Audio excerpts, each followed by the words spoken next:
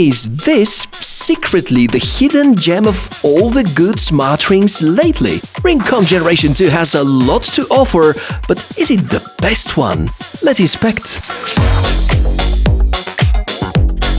Hello, buddy. Great to meet you. I'm the Technician. This, by the way, is RingConn 2.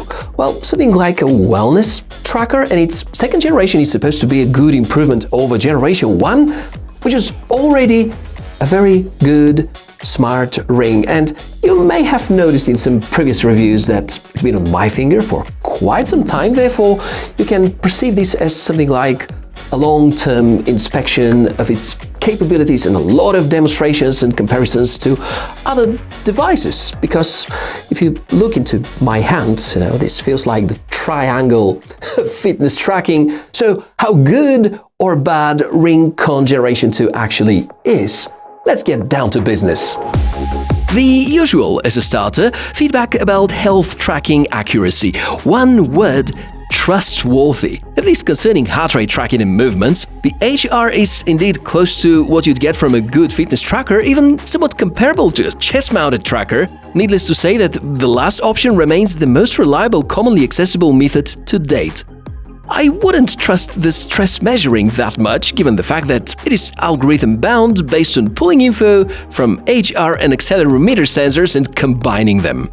Ring 2 can measure your SpO2 and probably is correct about it as well.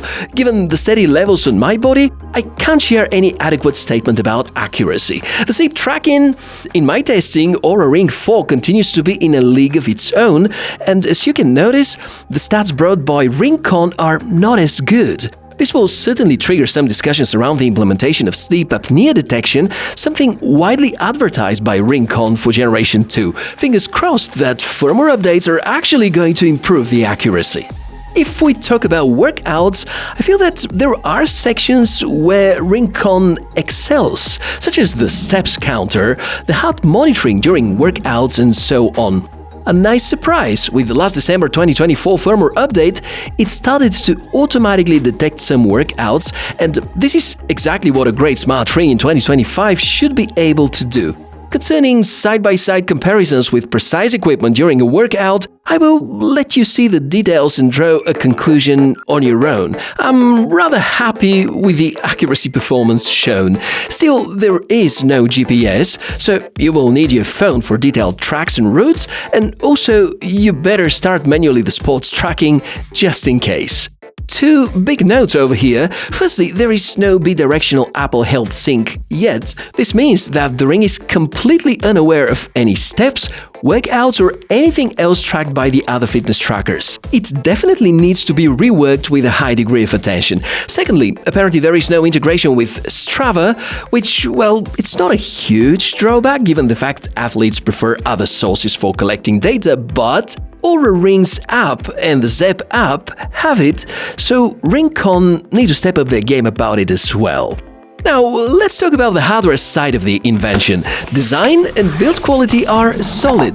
RingConn didn't have to change much. Well, they've shrunk it. Thickness is now less by close to 0.7 millimeters, and that's quite significant given the scale. The weight got the very same kind of treatment, and the biggest sizes are now close to just 3 grams. Luckily, the rest of the dimensions remain similar. I say luckily because if you have the sizing kit for Generation 1, it can help you to pick the perfect Generation 2 match. The material is once again titanium alloy, a good basis for applying the new different styles of the ring. And sure, it scratches, but I can say that thus far the matte black stays strong. Specs on the other side are a bit more intriguing. Headline is for sure the up to 12-day battery life per charge. Weight is between 2 and 3 grams depending on the model. The ring is just 2 millimeters thin in the thinnest area. There's a PPG, accelerometer, skin temperature sensor, there's IP68 rating for the ring itself, and in order to access all the data, you need the RingConn app. The specs sound good. Technically, they almost always do. But among the pool of good, tempting information that RingConn's marketing is flooding you with, I believe that there are 2 things that make RingConn 2 stand out against the competition. First and foremost, This little buddy over here is capable of detecting a disease that many people might suffer from without even knowing, and preventing them from having healthy, happy life, namely sleep apnea. So that could be detected, and this is how good the sleep tracking of RingConn Generation 2 could be. Secondly, it's all about the battery life. Significant improvement, and a fun fact, most likely the new generation has smaller capacity of the battery, but pays off with greater achievements because RingConn have deployed a new generation of their MCU, which is supposed to be a lot more battery efficient, and it apparently is, because I was able to make direct comparison between Oura Generation 4 and RingConn Generation 2, the same size of the rings. So RingConn gives me at least 2 days more per charge, and I have intentionally disabled the SpO2 tracking on Oura Ring in order to prolong the battery life. So this clearly means that Oura Ring Generation 2 has the better battery endurance, which is somewhat disturbing given the fact that Oura had 3 years to prepare for something significantly better in terms of battery endurance.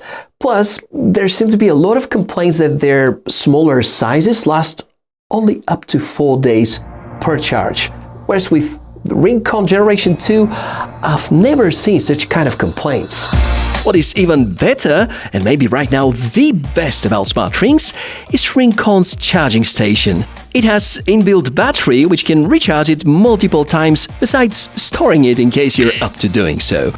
Now we've exhausted the hardware-related topics, may we get back to the software story? Since the tech world sees the AI all over the place lately, it has the top position inside the RingConn app as well. Most of the shared data is good, but I don't feel comfortable having to ask AI how I actually slept last night. I mean, each and every person has to be able to understand and control his or her own body and not let AI determine the actual mental state. For that particular night, I was expecting to see a conclusion that I went to bed later than usual because I had to bring someone to the emergency room. False alarm, luckily. And I was expecting to see a statement that it took me longer than usual to fall asleep. So it is good, not great though. The insights area is looking better than what I recall seeing a few months ago. I like the fact that all these health metrics are easily accessible. Then you have the plans section, which kind of pushes you back to the AI. Don't let yourself get tricked. Fitness trackers used to show completion status for various targets well before the existence of AI. The trends section is pretty cool too, shows historical graphs of your health parameters. It's good to detect abnormalities or lack of enough physical activities and similar. And of course, there are some settings. This is where you can pair to a new ring or switch to airplane mode or get to read the user manual. Apparently, Google Fit Only is present as an integration at this point of time. And this is how we naturally start to criticize. In a constructive way, of course. No integration with the popular fitness service Strava, as you can notice. There are no gyro and EDA sensors inside the ring. My remarks about the sleep tracking accuracy are worth mentioning too. And as usual, you are invited to contribute to the list by posting a comment below the video. My final thoughts about it and the verdict. Clearly, it's the best-in-class battery life for a smart ring in 2025, most likely among the best hardware setups. As for software, I think RingConn are catching up at a very good pace. I very well remember how the software state used to be with Generation 1, and I can see a lot of very good improvements with Generation 2. So at this point of time, given the price and the state of the competitors, the fact that you don't have to pay for monthly subscription, and the fact that we have so many good hardware implementations, this is a no-brainer. Kind of makes us question the pricing strategy that Oura and Samsung actually have. And I'm probably going to give it a few more weeks before, obviously, I compare against the most popular right now ring on the market, the Oura Gen 4. So which one would end up being the better? In case you have questions or suggestions for this comparison review, let me know in the comments below if there's something I've missed, or probably you want to share about your own particular experience with RingConn Gen 2. You're also invited Basically, let's talk there about smart rings. Anything. Thank you very much for watching this episode. If it was helpful, useful, fun to watch, give me a like, subscribe to the channel for more cool tech inspections, and I, Michael, the Tech Mishka, wish you a fantastic day. Bye!